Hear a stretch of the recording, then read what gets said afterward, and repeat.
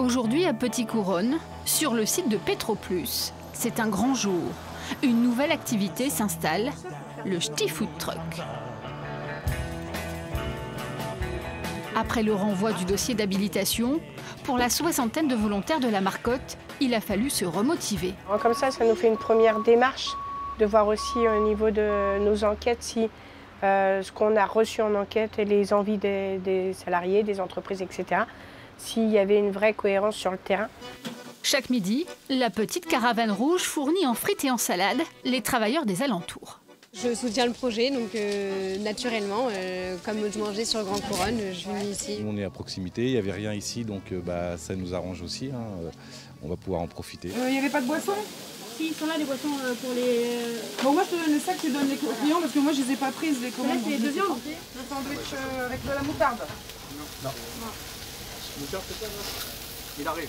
Il faut qu'on prenne tous nos marques, et, des compétences aussi. On apprend tous chacun des autres parce que plus ou moins il y en a qui ont travaillé dans des restaurants, d'autres qui ont travaillé dans des restaurations rapides. Enfin, on met en place plein de petites choses ensemble.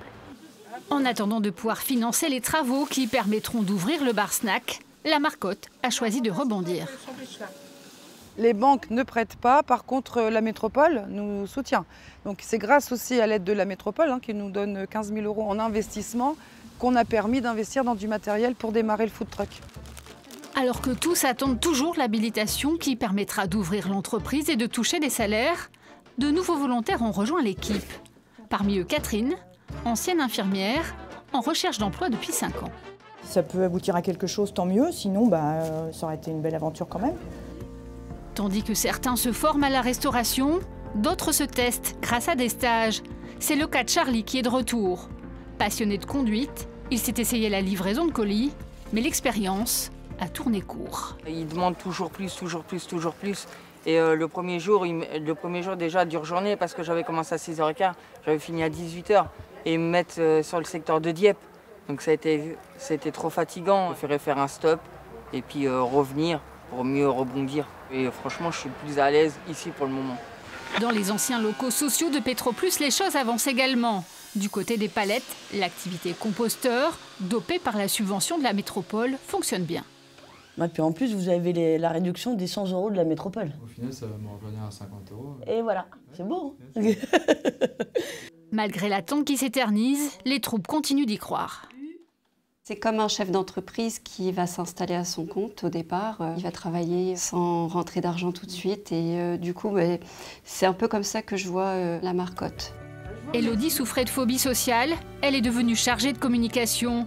Et bientôt, elle pourra annoncer l'ouverture. En juillet 2024, plus d'1 an après le premier dépôt de dossier, 3 ans après le début du projet, la bonne nouvelle arrive enfin pour tous. C'est la délivrance. Le territoire de Petit-Couronne est habilité, territoire zéro chômeur de longue durée. Et c'est l'association qui va embaucher les personnes privées durablement d'emploi. On vise 18 salariés pour commencer. Ils ne peuvent pas prendre tout le monde, j'entends, parce qu'il y a une liste de 60 à 70 personnes. J'espère être dans les premières, comme tout le monde en fait. On a rebondi et puis on est plus fort. Avec l'habilitation, l'objectif est atteint, mais il va encore falloir être patient. L'ouverture de l'entreprise La Marcotte est prévue en novembre 2024.